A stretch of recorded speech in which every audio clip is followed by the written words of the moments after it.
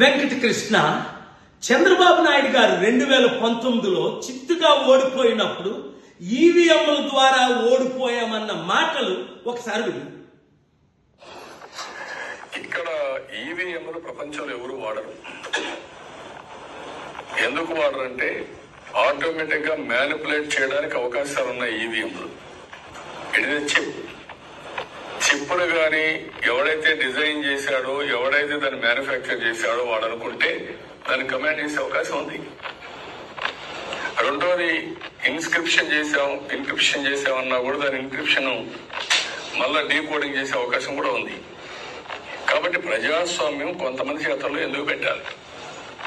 ఈ మధ్య కాలంలో కొంతమంది పదాలు తిరుగుతున్నారు, మేము డబ్బులు ఇస్తే మేము అంతా గెలిపిస్తామని, సీట్లను గెలిపిస్తామనే పరిస్థితికి వచ్చారు.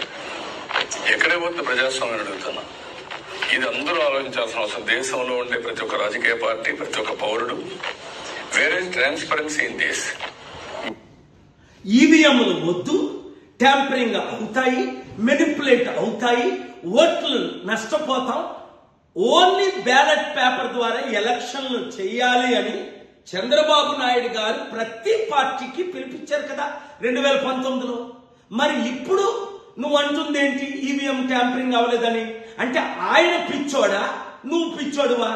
అప్పుడు మీరు సత్యం మాట్లాడారా? ఇప్పుడు సత్యం మాట్లాడుతున్నారా? నేనెప్పుడు సత్యమే మాట్లాడతా. మనిషిని మారను, మనసు మారదు, సత్యం ఎప్పుడు కూడా ఒకటి గుర్తించుకో వెంకటకృష్ణ, సత్యమే గెలుస్తుంది. ఇప్పుడు ఈవీఎంలు లేకుండా బ్యాలెట్ పేపర్లో ఎలక్షన్ పెడితే ఎవరు గెలుస్తారన్నది ప్రజలు తెలుస్తారు. కనుక ఇలాంటి అవినీతి మాటలు ఆడుకుంటా, అబద్ధం, కుతంత్రం, అవినీతి నా విషయంలో నాకు తెలుసు.